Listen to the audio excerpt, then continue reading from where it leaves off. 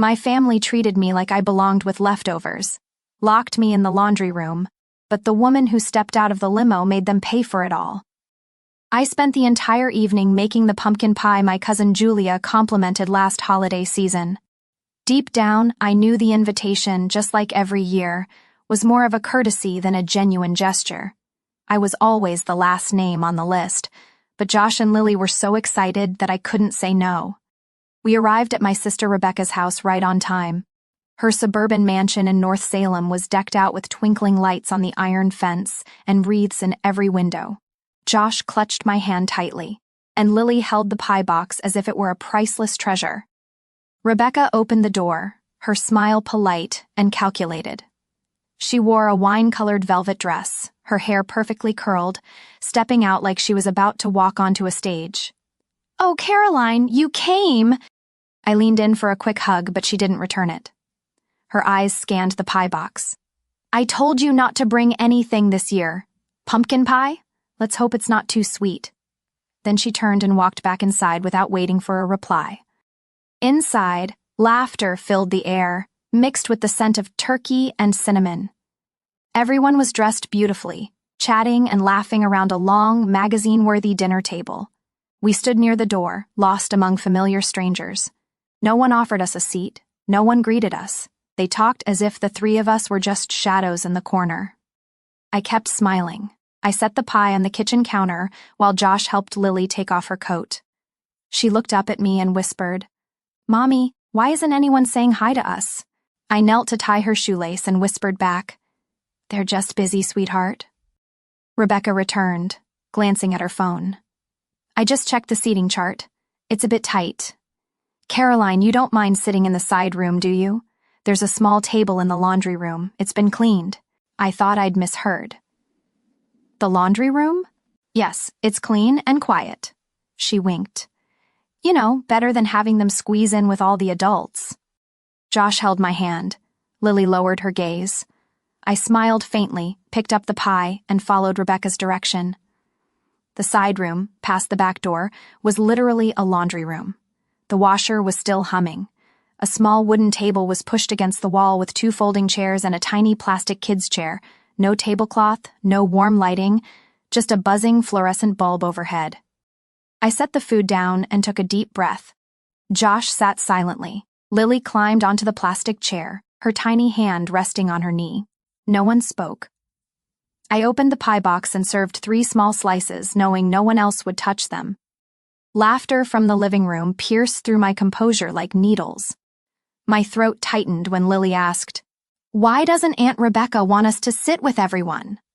I smiled again, the same smile I'd trained myself to wear for years. "It's not that they don't want us there. They just don't understand, honey." Josh stared at me. "Maybe next year we shouldn't come, Mom." I didn't answer right away. I looked at my kids, one still trying to understand why we were left out, the other pretending not to understand anymore.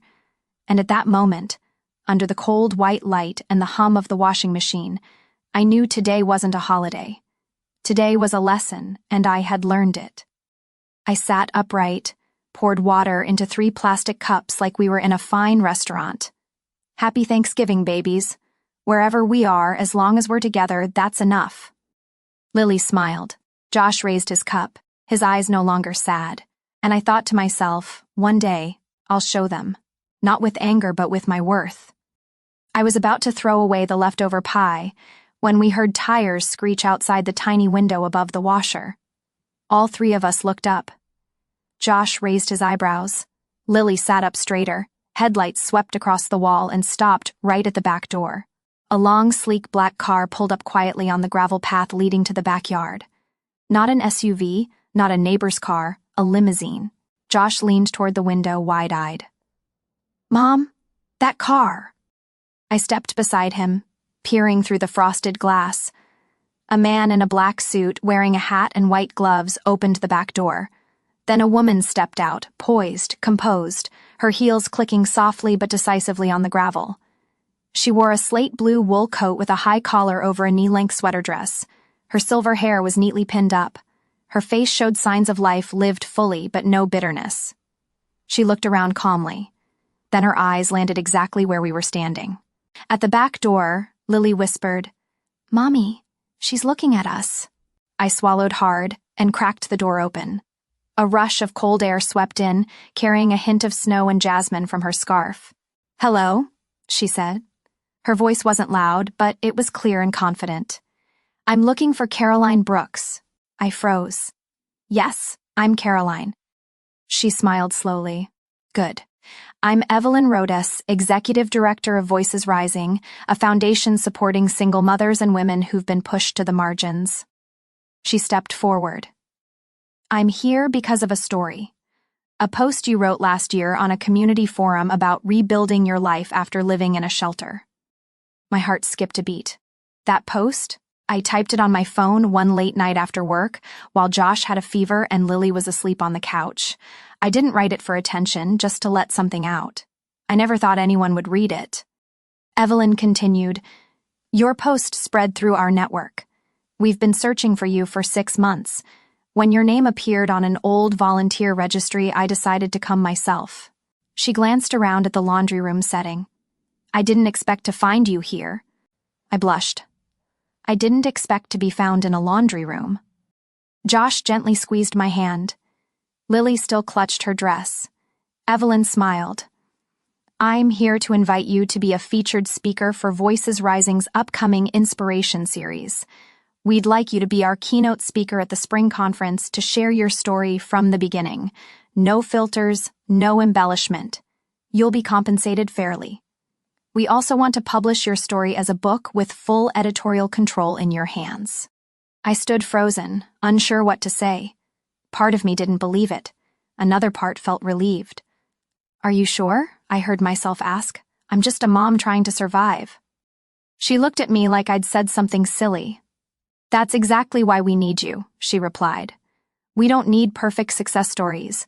We need people like you, real, brave, and still moving forward." Josh looked up at me. "You'll do it, right?" I looked at him, then at Lily, then back at Evelyn. "Yes," I said, "I will." Evelyn nodded. "The car is waiting. If you're ready, we can talk more over dinner." I glanced back at the folding table and the half-eaten pie. "Let me grab my coat." "No need," she smiled. "We'll take care of you from here." I held my children's hands as we stepped out of that suffocating room.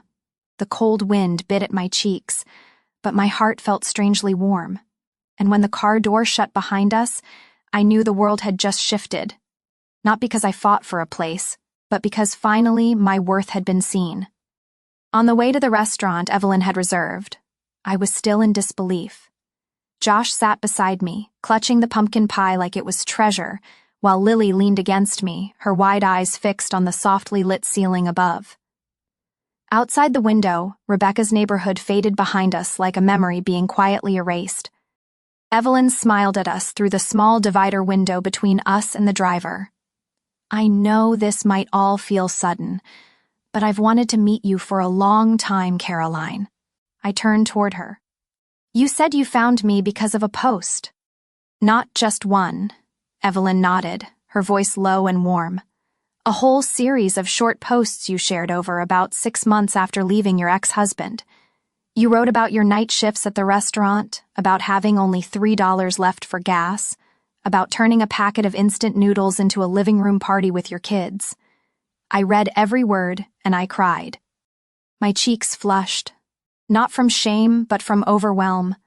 I had written those words in silence late at night when the world slept and I sat on a wooden kitchen chair trying not to wake the kids.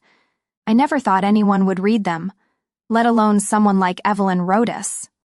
"I still remember one line," she continued. "I don't want my kids to think they have to toughen up to survive. I want them to know they deserve to live, to breathe, and to dream." Evelyn looked at me for a long time. I've never read anything so honest. I clenched my hands gently, trying to steady my voice. I just wrote so I wouldn't fall apart. "And that's what made it powerful," she said. "Voices Rising is hosting our spring summit soon, bringing together activists, writers, educators, and single mothers from across the country. We need someone to open it, not with credentials, but with heart and live truth. I want that person to be you." I looked at Josh and Lily. Josh sat still, staring out the window, but his hand rested lightly on his sister's shoulder. Lily remained tucked close to me, nodding softly as if sensing a shift in our lives. But I've never spoken in front of a crowd, I said quietly. I'm not a polished speaker. Evelyn placed a hand on her chest.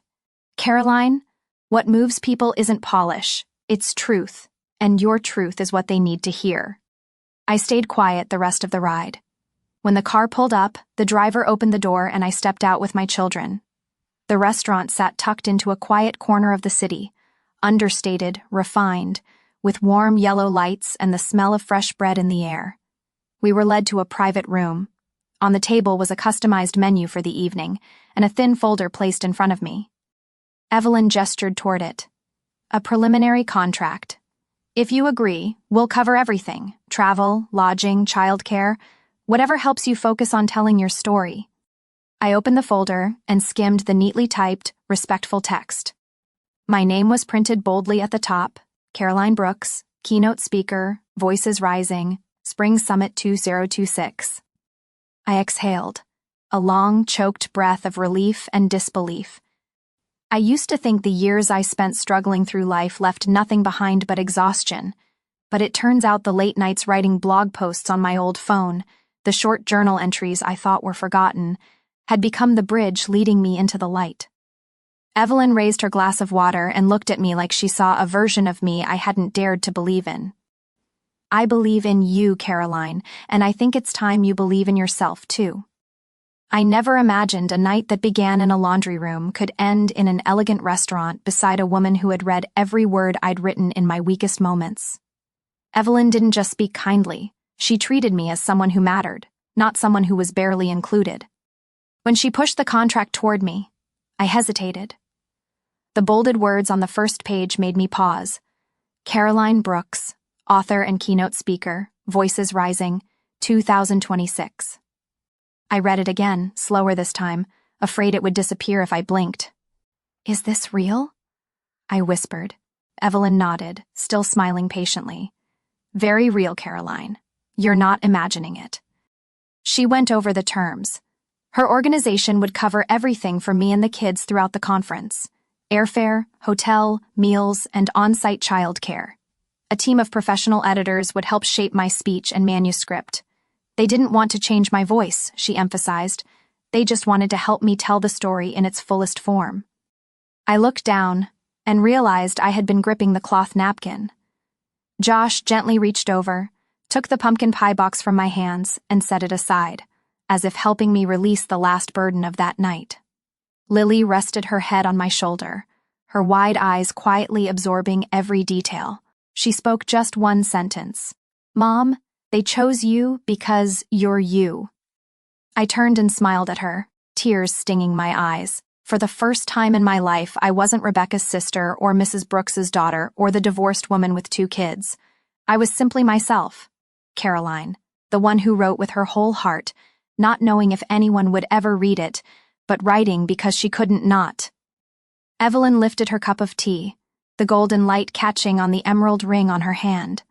I once told my team, she began, if you want someone who can shift the mood of a whole room with their real story, find Caroline Brooks. I laughed a little, embarrassed. I used to write for 20 readers. Half of them were single moms I met at the community center. And now, Evelyn said, you'll write for thousands, and I believe they need you more than ever. When dinner ended, I signed the contract.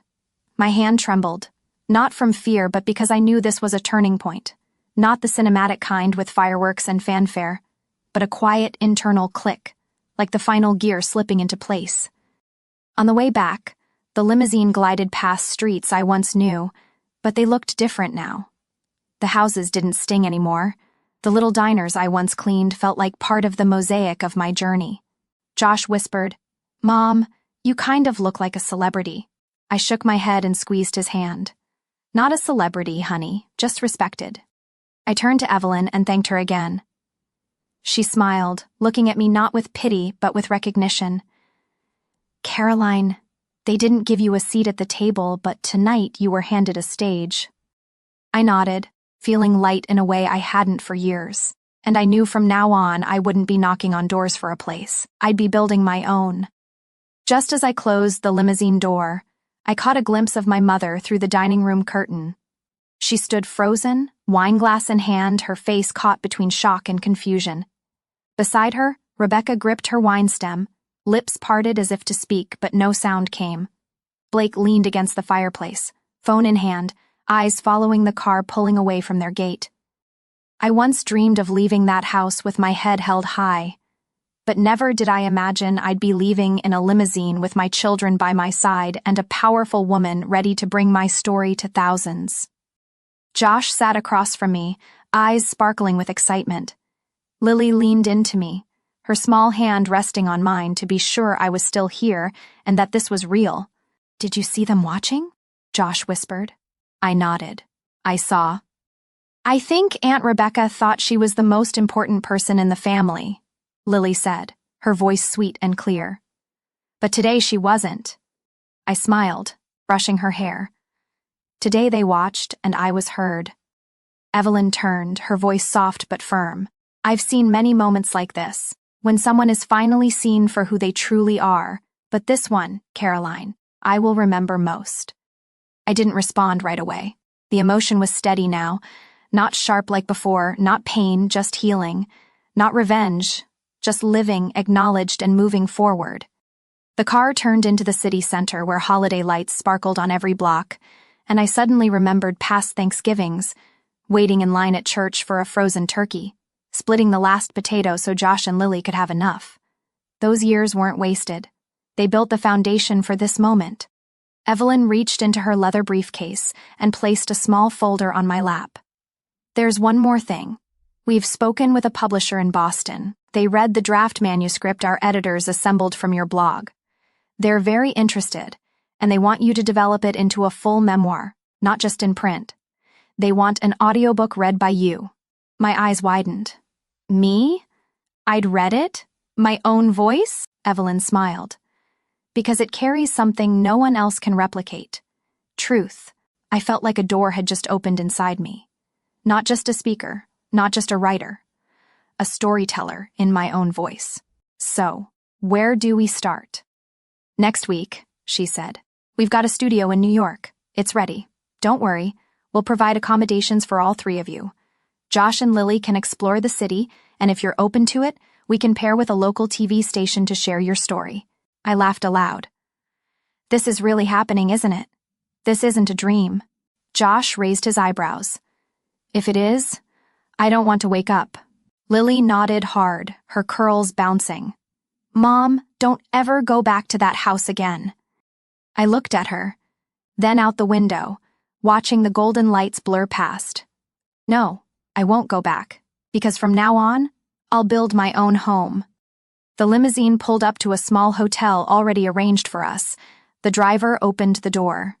Evelyn waved goodbye, reminding me of the press event the next morning. I held my children's hands and stepped into the hotel lobby, still not quite believing I had left that old garage less than 3 hours ago. And somewhere deep in my heart, I knew this journey was just beginning. But this time, I'd walk it on my own feet. No more bowing, no more asking for permission. The morning of the first conference came faster than I expected. I stood backstage holding my speech, carefully marked with yellow sticky notes Lily had helped me place. Josh was in the front row. The shirt he'd chosen made him look older than 12. Lily sat beside him, tightly gripping the conference program like it was treasure. When the MC called my name, a rush of electricity ran down my spine. I walked onto the stage under soft white lights. The room fell silent. Hundreds of women from all over, some in tailored suits, some in simple clothes, watched me with open, hopeful eyes. I began with where it all started, the laundry room at my sister's house on a cold Thanksgiving. I told them about the years in a 2-bedroom apartment, working 2 shifts a day and blogging at midnight to hold myself together. I didn't sugarcoat anything.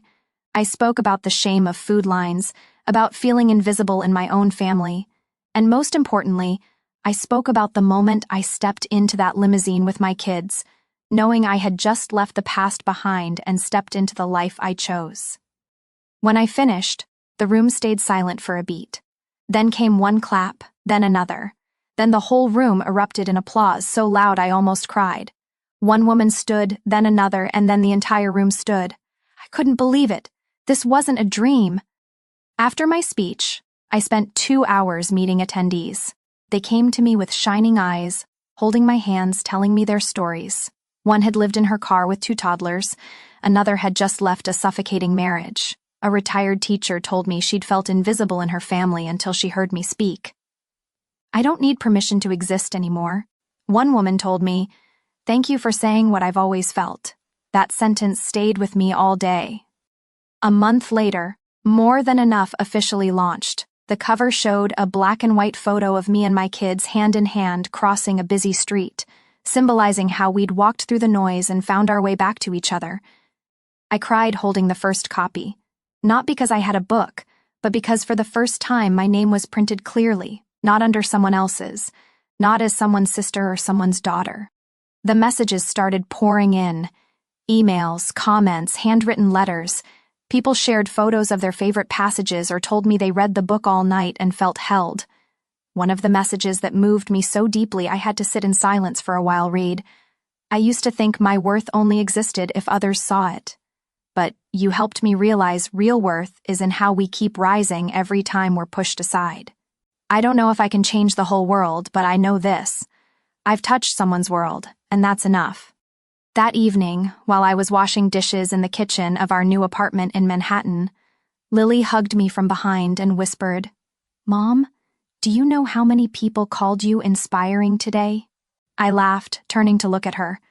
"I'm just someone who learned not to ask for permission to be herself." Josh looked up from the couch. "You didn't just learn it, you taught us." I stopped what I was doing, dried my hands, and sat down between my 2 kids. I used to think I was just the leftover pieces other people didn't want, but now I know I've always been more than that. A year after that fateful night in Rebecca's garage, Thanksgiving came around again.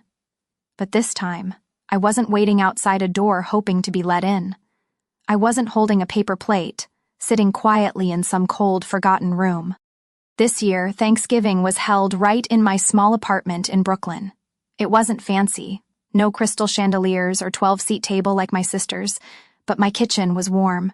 The pumpkin pie smelled amazing, and most importantly, everyone there wanted to be there. I woke up early to roast the turkey while Josh was in charge of the mashed potatoes, and Lily busied herself writing handmade thank you cards for each guest. She designed every card herself, decorated them with little leaf stickers, and wrote in sparkly ink, "Thank you for being the real family to me and my mom."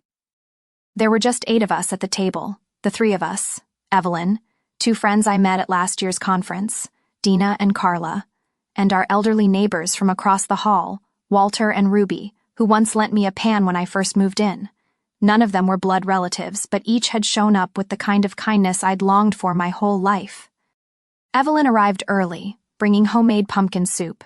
She entered the way she always did, confident, calm, and with a quiet grace that made everyone feel valued without needing to say a word. "This is the first year I didn't attend the office party," she said as she placed the pot on the table.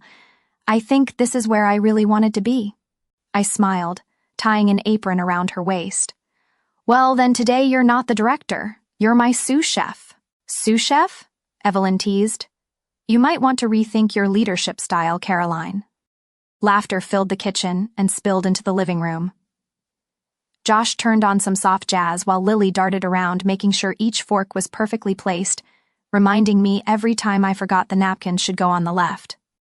We gathered around a small round table too small for all the food, so a few dishes were stacked on the bookshelf, but no one cared. Walter told the story of how he met Ruby at the public library. Carla shared her project supporting single mothers and queens. Dina excitedly mentioned starting her first baking course. And me? I just sat there listening, smiling, and looking at my kids with a gratitude too big for words. As the meal wound down, Lily stood up, holding a folded piece of paper. She cleared her throat, serious like she was about to present in school. "I have a speech," she said, and everyone chuckled. "The first Thanksgiving speech," I whispered. Lily began to read slowly but confidently. Last year, I ate Thanksgiving dinner in a laundry room. I didn't understand why we were placed there, but this year I get it, because if we hadn't been put there, we wouldn't have found the place we belong. Today, I know I'm home. I covered my mouth, tears slipping out before I noticed. Evelyn gently placed her hand over mine and gave it a soft squeeze. Josh stood up after his sister, quietly adding, "Mom, we're proud of you. Thank you for never stopping." I stood too, raising my glass of apple cider, my voice trembling. I used to think family was something unchangeable. Those who gave birth to us raised us, but now I understand.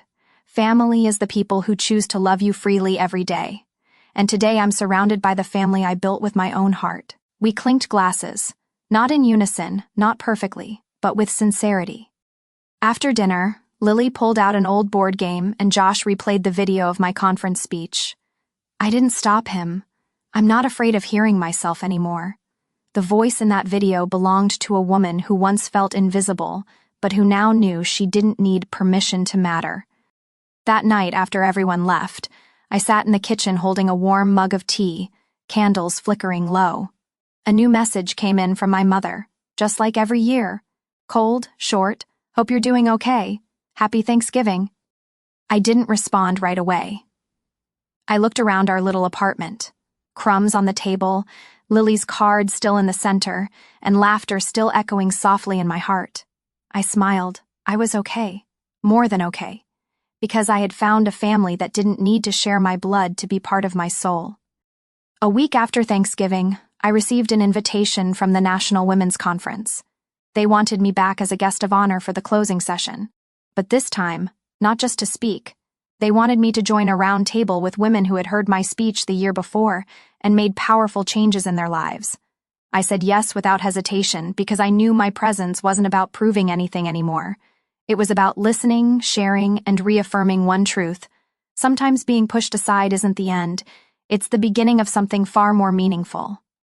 This year's conference was held at a newly opened art center in Chicago. When I walked into the auditorium, I felt no fear or doubt. I wore a soft gray suit designed by Carla, my dearest friend from last year's summit. Pinned to my jacket was a small wooden table brooch, the symbol of the new project Evelyn and I had launched, Build Your Own Table, helping women build careers and confidence from the ground up. I sat among 6 women, each one a living story. One had been shut out by her family. Another had overcome abuse, unemployment, or loss. But all of them had one thing in common. They heard my story a year ago and asked themselves, if she did it, why not me? The first to speak was Marcy, a retired teacher. She said that after watching my video, she applied to volunteer at a skills center for single mothers. I used to think I had nothing left to offer, she said, but then I realized worth isn't in titles. It's in making someone feel seen. Next was Shonda, a mother of 3 who had once been homeless. Now she ran a small bakery near her kids' school. I watched the part where Caroline said, "We don't need to ask for seats, build your own table." And I started saving pennies and digging up my grandma's old recipes to carve out my own place. I listened to each voice, my heart filled with something raw and real, faith, effort, and dignity rediscovered. When it was my turn, I didn't use my prepared notes. I stood, took a deep breath, and looked into the faces waiting for me. I used to be the one behind a closed door. I thought I had to be softer, smarter, less troublesome to earn a place at someone else's table. But the truth is, sometimes people don't reject you because you're lacking. They reject you because they don't know how to value you, and that says nothing about your worth. It only means it's time to build your own table. I saw Evelyn's eyes glisten from the audience. Josh sat in the 3rd row, taller than I remembered. Lily waved with tight lips, trying not to cry. I once sat in a garage and thought I was an extra piece, but that garage wasn't the end. It was the start. That was the place where I stopped asking to be seen and started choosing to believe I already mattered. The room was silent, not out of disinterest, but because they were with me fully. These women weren't just an audience. They were proof of what I'd learned. When you stop waiting for an invitation, the world begins to open in ways you never imagined. The event ended with hugs, exchanged cards, and promises to keep building more tables together. That night, back in my hotel room, I opened my laptop and typed the first line of my second book. Not everyone needs a seat. Some of us are meant to have a stage. I looked up and saw myself in the mirror. Not the woman pushed into the laundry room, but the woman at the center with a voice, a heart, and a life that no longer needs permission to begin. Caroline's journey is living proof that sometimes being pushed to the margins is exactly how we find our true worth. From a single mom cast aside by her own family, she rose to tell her story in her own voice and inspired thousands. Caroline no longer lives to be accepted. She lives to be herself, and in doing so, she found success, healing, and a chosen family built on genuine love.